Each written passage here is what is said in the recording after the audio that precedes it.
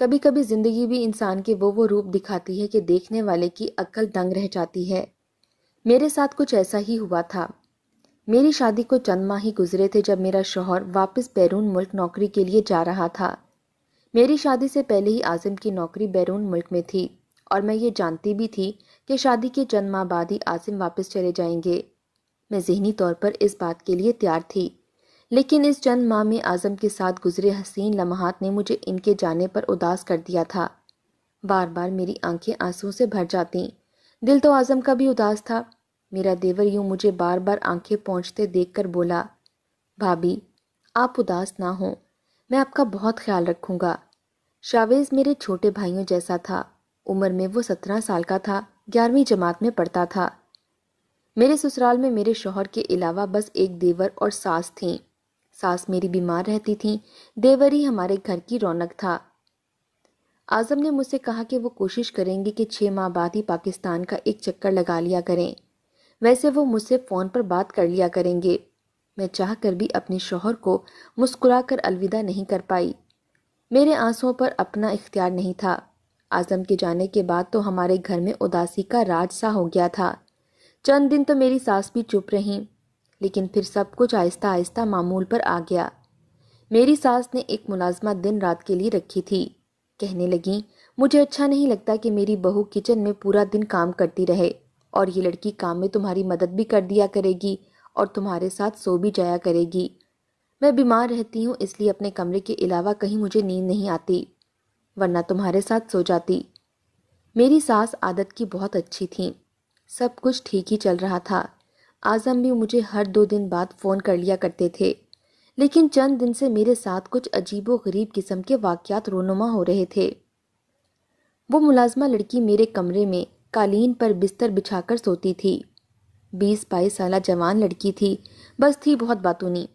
جب تک کچن میں میرے ساتھ کام کرتی رہتی، اس کی زبان مسلسل چلتی رہتی تھی۔ پورے محلے کے قصے اسے ازبر یاد تھے۔ کبھی کبھی تو میں ہی اسے کہنے لگتی کہ سکینہ، خدا کے واسطے کبھی خاموشی سے بھی کام کر لیا کرو۔ پھر وہ اسبات میں سر ہلا دیتی، 5 منٹ چپ رہتی، لیکن پھر سے کوئی نہ کوئی بات شروع کر لیتی۔ میں اس کی اس عادت سے عاجز ہی تھی۔ سب کچھ ٹھیک ہی چل رہا تھا کہ جو کچھ میرے ساتھ آج کل ہونے لگا تھا، میرا سکھ چین چھن سا گیا تھا۔ میں ذہنی طور پر خود کو مفلوج سمجھنے لگی تھی۔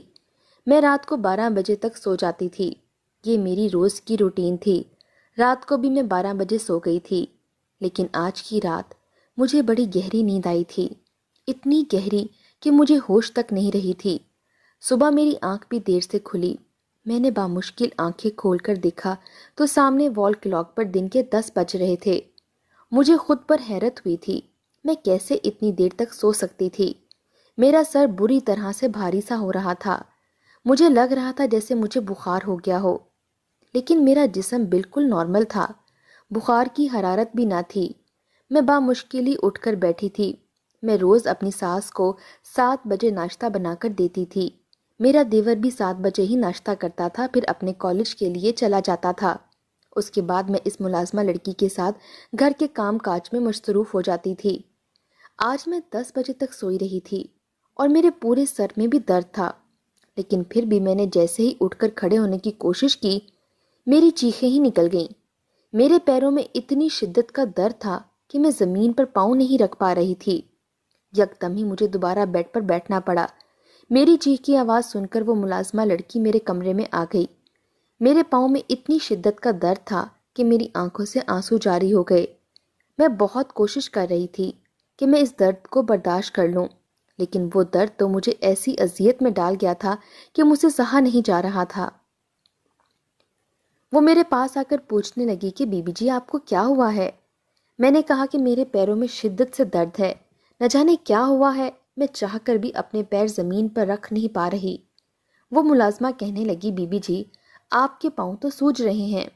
میں نے اپنے پیروں پر غور کیا تو میرے پاؤں میں ہلکی سی سوجن تھی۔ دوسری بات مجھے اپنے پیروں پر نظر آئی وہ یہ تھی کہ میرے پاؤں تیل سے چپڑے ہوئے تھے۔ مجھے حیرت کا جھٹکا لگا کہ میرے پاؤں میں تیل کس نے لگایا؟ میں تو تیل لگا کر سونے کی عادی ہی نہیں تھی۔ میں نے ملازمہ کو گھور کر دیکھا۔ میں نے کہا یہ تیل تم نے میرے پیروں پر لگایا ہے؟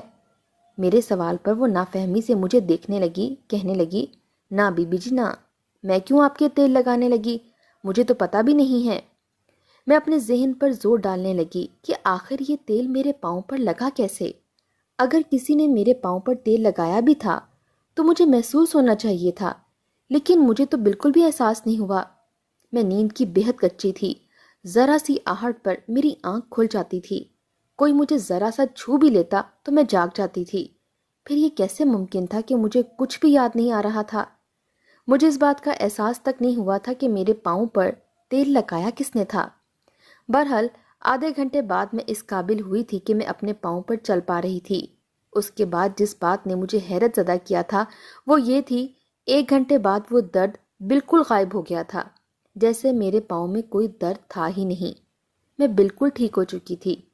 میں نے دوپہر کا کھانا بنا کر اپنی ساس کو کھلایا تو وہ مجھ سے شکوہ کرنے لگیں، کہنے لگیں، تم صبح اٹھی نہیں ہو، سکینہ کے ہاتھ کی چائے مجھے بالکل پسند نہیں، میں نے صبح ٹھیک سے ناشتہ بھی نہیں کیا، شاویز بھی بنا ناشتے کے چلا گیا۔ کچھ یہ سکینہ کی بچی بولتی بہت ہے اور شاویز اس سے بہت چڑھتا ہے۔ میں نے جب اپنی ساس کو اپنے ساتھ رونما ہونے والے واقعے کے بارے میں بتایا تو بے یقینی سے وہ مجھے دیکھنے لگیں، کہنے لگیں، اپنے کمرے کی اندر کنڈی لگا کر سویا کرو۔ میری ساس کے ماتھے پر فکر مندی سے بل پڑ گئے تھے، وہ کچھ سوچنے لگیں۔ اسی اثنا میں شاویز بھی کالج سے واپس آ گیا۔ خلاف توقع اس کا موڈ آف تھا، وہ بھی مجھ سے یہ شکایت کرنے لگا کہ صبح ناشتہ میں اسے بنا کر دے دیا کروں، اسے ملازمہ کے ہاتھ کا ناشتہ پسند نہیں ہے۔ میں نے کہا کہ ٹھیک ہے، اب تم کھانا کھاؤ، میں نے تمہاری پسند کا بنایا ہے۔ وہ یہ سن کر خوش ہو گیا، کہنے لگا، آپ بہت اچھی ہیں، بالکل بڑی بہن جیسے میرا خیال رکھتی ہیں۔ وہ بہت اچھا لڑکا تھا، میری بہت عزت کرتا تھا، لیکن یہ شاید تصویر کا ایک رخ تھا، اور دوسرا رخ وہ تھا جس نے میرے پیروں تلے سے زمین ہی کھینچ لی تھی۔ مجھے اس 17 سالہ معصوم سے دیکھنے والے بے ضرر دیور سے ایسی امید ہرگز نہ تھی۔ اگلے روز پھر سے میرے پاؤں میں تیل لگا تھا، اور اب تو میری آدھی ٹانگوں پر بھی تیل لگا ہوا تھا، اور میرے پیروں میں ویسا ہی تڑپا دینے والا درد تھا۔ میں جیسے ہی پاؤں زمین پر رکھتی، چلانے پر مجبور ہو جاتی۔ میری آنکھ بھی بڑی مشکل سے 10 بجے ہی کھلتی تھی۔ میری ساس اب مجھے جھوٹا سمجھنے لگی تھیں کہ شاید میں جھوٹے بہانے بناتی ہوں۔ ایک بار کہنے لگیں، ایسی بھی کیا نیند کہ بوڑھی ساس کا خیال بھی نہ رہے، میں نے صبح ناشتے کے بعد دوا کھانی ہوتی ہے، اور وہ سکینہ اتنا بدمزہ ناشتہ بناتی ہے کہ حلق سے نہیں اترتا، اس لیے میں ٹھیک سے ناشتہ کر ہی نہیں پاتی۔ لیکن تم تو روز اب بہانے بنا کر سوئی رہتی ہو، میں نے تو تمہیں بیٹی سمجھا، جب ہی تمہاری سہولت کے لیے ملازمت تک رکھوا دی۔ لیکن ساس کا شکوہ بھی اپنی جگہ درست تھا، لیکن جھوٹی تو میں بھی نہیں تھی۔ مجھے رات کو کیوں اتنی گہری نیند آنے لگی تھی میں نہیں جانتی تھی، لیکن یہ راز بھی میرے لیے اب راز نہ رہا تھا، ایک تلخ حقیقت میں بدل گیا تھا۔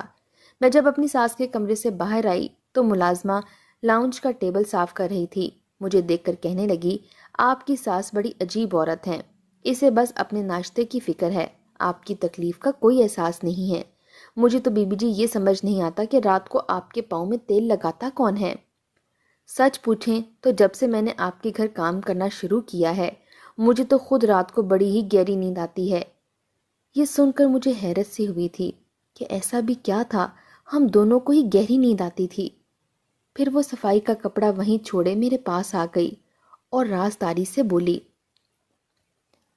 سچ پوچھیں تو بی بی جی، مجھے تو آپ کے دیور پر شک ہے، بڑا تیز لڑکا ہے، لیکن سب کے سامنے معصوم بنا پھرتا ہے۔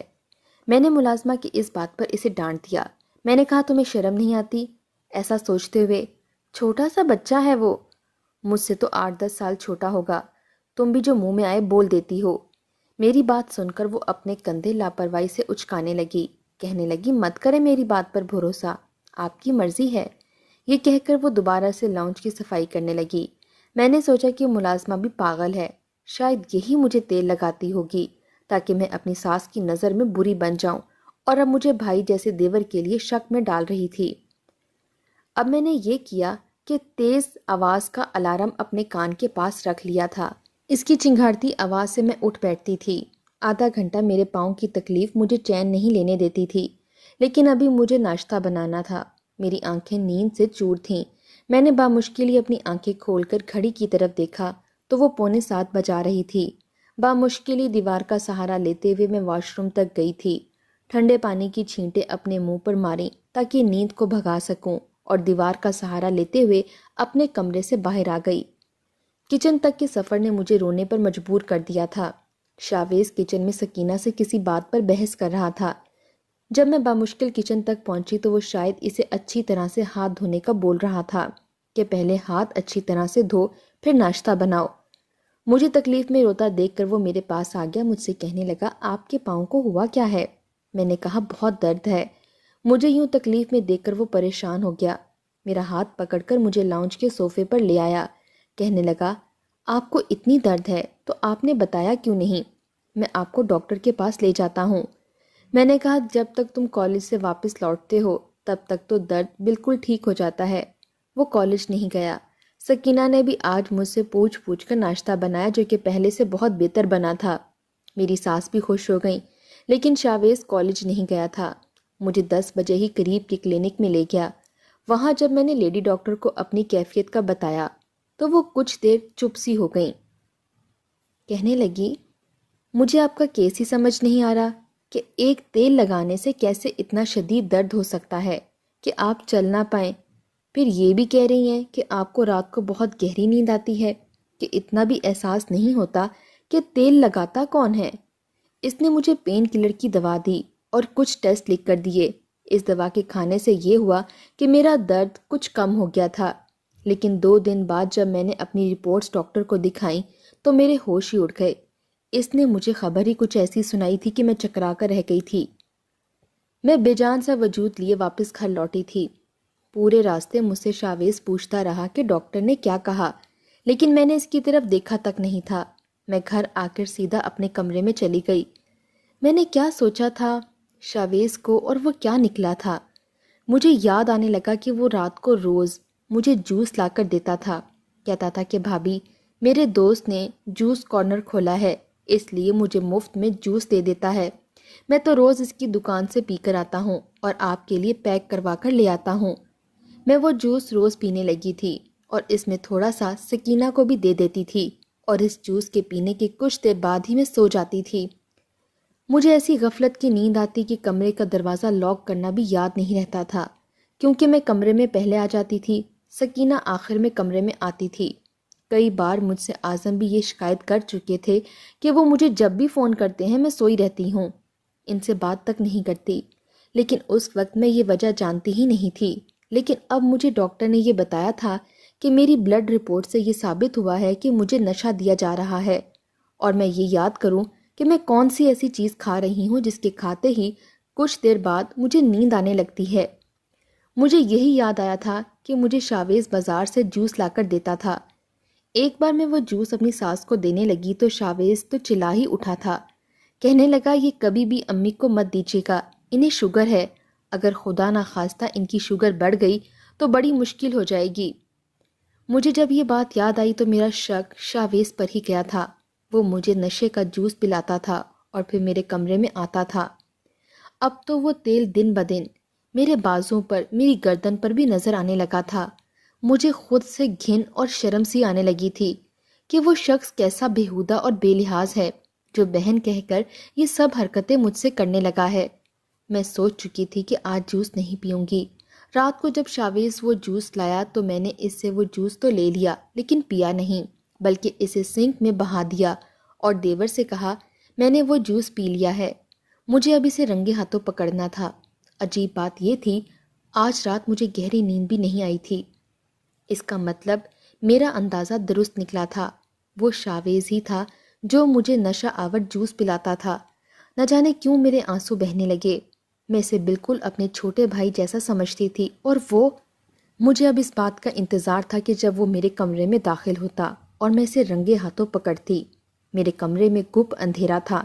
جب میرے کمرے کا دروازہ کھلا تو شاویز ہی تھا جو میرے کمرے میں داخل ہوا تھا۔ اس کے ہاتھ میں ایک ٹارچ لائٹ تھی جس کی روشنی بے حد تیز تھی۔ اس سے پہلے کہ میں اس کا چہرہ دیکھتی سیدھی روشنی میری آنکھوں میں براہ راست پڑی تھی کہ میری آنکھیں ہی چندیا گئیں۔ میں نے فٹافٹ سے اپنی آنکھوں کے سامنے ہاتھ رکھ دیا۔ شاویز یہ جان چکا تھا کہ میں ہوش میں ہوں، اس لیے اگلے ہی لمحے ٹارچ لائٹ بند ہوئی تھی اور وہ میرے کمرے سے فٹافٹ سے باہر نکل گیا تھا۔ میں بھی اٹھ کر اپنے کمرے سے باہر آ گئی، لیکن لاؤنج میں بالکل اندھیرا تھا۔ میں نے جلدی سے لائٹ کھولی تو سامنے کے دونوں کمرے بند تھے۔ میں غصے میں تھی۔ میں نے شاویز کا دروازہ کھٹکھٹایا۔ کچھ دیر بعد ہی اس نے اپنے کمرے کا دروازہ کھولا۔ اسے دیکھ کر لگ رہا تھا کہ گہری نیند سے جاگا ہے۔ میں اس کے مکر و فریب میں اب نہیں آنا چاہتی تھی۔ وہ مجھ سے پوچھنے لگا، آپ کی طبیعت تو ٹھیک ہے؟ میں نے کہا، تم ابھی کچھ دیر پہلے میرے کمرے میں آئے تھے۔ وہ مجھے یوں حیرت سے دیکھنے لگا جیسے میں نے کوئی انوکھی بات کی ہو۔ کہنے لگا، میں تو سو رہا تھا۔ میں کیوں آپ کے کمرے میں اس وقت آؤں گا؟ اس کے یوں انجان بننے پر میرا جی چاہا اس کا منہ ہی نوچ لوں، لیکن میرے پاس ایسا کوئی ثبوت نہیں تھا۔ میں واپس اپنے کمرے میں آ گئی، لیکن مجھے سکینہ کی باتوں پر یقین سا ہونے لگا تھا۔ ایک بار سکینہ میرے کمرے میں آئی اور کہنے لگی، اس نے اس چور کو ڈھونڈ لیا ہے جو میرے تیل لگاتا ہے۔ میں نے کہا، وہ کون ہے؟ وہ میرا ہاتھ پکڑ کر مجھے میرے دیور کے کمرے میں لے گئی۔ وہاں بیڈ کے نیچے وہی تیل رکھا تھا جو میرے پیروں پر لگایا جاتا تھا، کیونکہ دونوں کی بو ایک جیسی تھی۔ وہ دیکھ کر تو اب مجھے شک ہی نہیں رہا تھا، میرے کمرے میں کون آتا ہے؟ میں رونے لگی۔ مجھے شاویز سے نفرت سی محسوس ہونے لگی۔ اب تو کوئی شک کی گنجائش ہی نہیں بچی تھی۔ مجھے لگا میری ساس میری ماں جیسی ہے، میری بات کا اعتبار کرے گی۔ جب یہ بات میں نے اپنی ساس کو بتائی تو وہ ہتے سے اکھڑ گئی۔ کہنے لگی، تمہیں شرم نہیں آتی میرے معصوم اور بے ضرر بیٹے پر ایسا الزام لگاتے ہوئے؟ وہ تمہیں بڑی بہن سمجھتا ہے، تمہاری عزت کرتا ہے، تمہارا خیال رکھتا ہے، اور تم اس پر یہ الزام لگاتی ہو؟ صاف صاف کہو کہ الگ رہنا چاہتی ہو۔ بوڑھی ساس اور بھائی جیسے دیور کی دو روٹیاں تم پر بھاری ہونے لگی ہیں۔ میری ساس تو میری بات کو نیا ہی رخ دے کر بیٹھ گئی۔ میں نے کہا، میں ایسا کیوں کروں گی؟ میں جھوٹ نہیں بول رہی۔ لیکن میری ساس کو میری کسی بات پر یقین نہیں آیا۔ کہنے لگی، اپنے میکے چلی جاؤ، مجھے تم پر بھروسہ نہیں رہا، نہ جانے اور کون کون سے الزامات میرے بیٹے پر لگا دو گی۔ میں نے ان سے بات کی کہ شاید وہ میری بات کو سمجھ سکیں، لیکن وہ بھی مجھ پر ہی آگ بگولا ہونے لگے۔ کہنے لگے، کہنے سے پہلے سوچ تو لیتی کہ کس کے بارے میں بات کر رہی ہو۔ مجھے اپنے بھائی پر بھروسہ ہے، وہ کبھی بھی ایسا کچھ بھی نہیں کر سکتا۔ سوچنا تو بہت دور کی بات ہے، وہ تو ایسا کر ہی نہیں سکتا۔ امی ٹھیک ہی کہتی تھیں کہ میرے جاتے ہی تم نے اپنے رنگ ڈھنگ دکھانے شروع کر دیے ہیں۔ نہ تم صبح میری ماں کو ناشتہ وقت پر دیتی تھی اور نہ ہی انہیں پوچھتی تھی۔ اگر تم یہ سمجھتی ہو کہ میں تمہیں الگ گھر کی عیاشیاں دوں گا تو تم غلط سمجھتی ہو۔ تم اپنے گھر واپس جا سکتی ہو۔ کتنا آسان ہوتا ہے مرد کے لیے یہ کہہ دینا کہ جاؤ اور میرے گھر سے نکل جاؤ۔ عورت ساری زندگی اپنے شوہر کے گھر کو اپنا سمجھ کر اسے سجانے سنوارنے میں اپنی عمر گلا دیتی ہے، اور وہ پھر بھی اپنے گھر کا حقدار کہلاتا ہے۔ میرا اب اس گھر میں رہنے کا کوئی جواز نہ تھا، اس لیے میں نے اپنا سامان پیک کیا اور اپنے میکے چلی گئی۔ جب میں نے یہ بات اپنے میکے میں بتائی تو میرے بھائی بھی طیش میں آ گئے۔ اعظم کو فون کر کے کہنے لگے، ہماری بہن کو طلاق دے دو، تم جیسے بغیرت شخص کے ساتھ وہ مجھے کبھی بھی نہیں رکھ سکتے۔ میں اجڑ کر اپنے گھر آ گئی تھی۔ میری بھابیاں مجھے شک کی نظر سے دیکھنے لگی تھیں۔ وہ بھی یہی سمجھتی تھی کہ میں جھوٹ بول رہی ہوں۔ جو بھابیاں مجھ پر شادی سے پہلے مجھ پر جان چھڑکتی تھی، وہی سب اب مجھے تانے دینے لگی تھیں کہ میں اب ساری زندگی ان کے سر پر آ کر بیٹھ گئی ہوں۔ میرے ماں باپ تو تھے نہیں، بھائی بھابیاں ہی تھیں۔ میرے دن رات رو کر گزرتے تھے۔ میرا قصور کیا تھا؟ سسرال والوں کی خاطر میں نے کیا کچھ نہیں کیا تھا، لیکن میری ساس نے مجھ پر جھوٹا الزام لگا دیا تھا۔ دیور کو بھی میں نے بھائی سمجھا تھا اور اس نے ذرا رشتے کا لحاظ نہیں رکھا تھا۔ میں گھر کے ہوتے ہوئے بھی بے گھر ہو چکی تھی۔ نہ میکے کا گھر میرا تھا اور نہ ہی سسرال کا۔ ایک دن میں اپنے کمرے میں بیٹھی رو رہی تھی جب مجھے میری بھابی نے اطلاع دی کہ اعظم اور اس کی والدہ تم سے ملنا چاہتے ہیں۔ میں نے ایک سلگتی ہوئی نظر سے انہیں دیکھا۔ میں نے کہا، مجھے کسی سے نہیں ملنا۔ میری بھابی یہ سن کر ماتھے پر بل ڈالنے لگیں۔ کہنے لگیں، وہ لوگ تمہیں لینے آئے ہیں، بہتر ہے کہ واپس چلی جاؤ۔ شادی کے بعد میکے کی دہلیز پر بیٹھنے والی عورت کی کوئی عزت نہیں کرتا۔ میں نے کہا، میں آپ سے 2 وقت کی روٹی کے علاوہ کچھ نہیں مانگوں گی، لیکن میں ایسے گھر میں ہرگز نہیں رہ سکتی جہاں میری عزت ہی محفوظ نہ ہو۔ یہ اذیت کوئی بھی عورت برداشت نہیں کر سکتی۔ یہ سن کر میری بھابی میرے کمرے سے باہر نکل گئیں۔ کچھ دیر بعد اعظم میرے کمرے میں داخل ہوئے تھے۔ چہرے سے کچھ پشیمان لگ رہے تھے۔ انہیں دیکھ کر میں نے اپنا رخ بدل لیا۔ وہ میرے بیڈ کے سامنے رکھی کرسی پر بیٹھ گئے، مجھ سے میری خیریت دریافت کرنے لگے۔ میں نے انہیں کوئی جواب نہیں دیا۔ کہنے لگے، نہ تم غلط تھی اور نہ ہی شاویز۔ شاویز نے تمہارے ساتھ کچھ بھی غلط نہیں کیا، بلکہ وہ آج بھی تمہیں اپنی بڑی بہن سمجھتا ہے۔ ان کی بات سن کر میں نے ایک تیکھی نظر ان پر ڈالی تھی۔ میں نے کہا، میں نے سہا ہے اعظم، وہ مجھے نشے کا جوس لا کر دیتا رہا ہے۔ اس کے کمرے سے وہ تیل نکلا ہے جو وہ میرے پاؤں پر اور نہ جانے کہاں کہاں لگاتا رہا ہے۔ آپ اس چیز کی اذیت کو شاید سمجھ نہیں سکتے۔ وہ کہنے لگے، یہ سب باتیں تم سے سکینہ نے کہی ہوں گی۔ اصل فساد کی جڑ وہی تھی۔ تمہیں شاویز کے خلاف بھڑکاتی رہی اور امی کو تمہارے خلاف کہ تم جان بوجھ کر سوئی رہتی ہو، ڈرامے کرتی ہو۔ انہیں اس لیے نہیں پوچھتی کہ الگ رہنا چاہتی ہو، اور تم سکینہ سے اس بات کا ذکر بھی کر چکی ہو کہ تمہیں سسرال میں نہیں رہنا۔ اصل میں شاویز کا وہ دوست جس نے جوس کارنر کھولا تھا، اس کے ساتھ سکینہ کا چکر چل رہا تھا۔ اسی کے کہنے پر وہ لڑکا شاویز کو وہ نشہ آور جوس دیتا تھا اور تمہارے تیل سکینہ لگاتی تھی۔ تمہیں بے ہوش کر کے وہ اسی جوس والے کو گھر بلا کر گھر کا چھوٹا موٹا سامان چوری کرتی تھی اور تمہیں شاویز میں الجھائے رکھتی، اور امی اور شاویز کو تم میں، تاکہ اس پر کوئی شک نہ کر سکے۔ تمہارے جانے کے بعد وہی تیل امی کے پاؤں میں لگا رہنے لگا۔ وہ بھی رات کو گہری نیند سونے لگیں۔ جب میں واپس آیا، امی کو ڈاکٹر پر لے گیا۔ ان کی بلڈ رپورٹ سے یہ ثابت ہوا کہ انہیں نشہ دیا جا رہا ہے۔ مجھے تمہاری باتیں یاد آنے لگیں کہ تمہارے ساتھ بھی تو یہی سب ہوتا تھا۔ جب میں نے اس بات کی کھوج نکالی، سکینہ کا راز فاش ہو گیا۔ میں نے ان دونوں کو پولیس کے حوالے کر دیا ہے اور تم سے بھی معذرت کرنے آیا ہوں۔ میں نے بیرون ملک کی نوکری بھی چھوڑ دی ہے۔ میں اب یہیں کماؤں گا، چاہے کم ہی کیوں نہ ہو، تمہارے پاس رہوں گا۔ ساری بات واضح ہو چکی تھی، اس لیے میں واپس ان کے ساتھ چلی گئی۔ مجھے واقعی سکینہ پر کبھی شک نہیں ہوا تھا۔ میں نے وہی دیکھا جو مجھے سکینہ نے دکھانا چاہا۔ کبھی کبھی ہم اسی جواب مان لیتے ہیں جو تمہیں بتایا یا دکھایا جاتا ہے، حالانکہ سچ کچھ اور ہی ہوتا ہے۔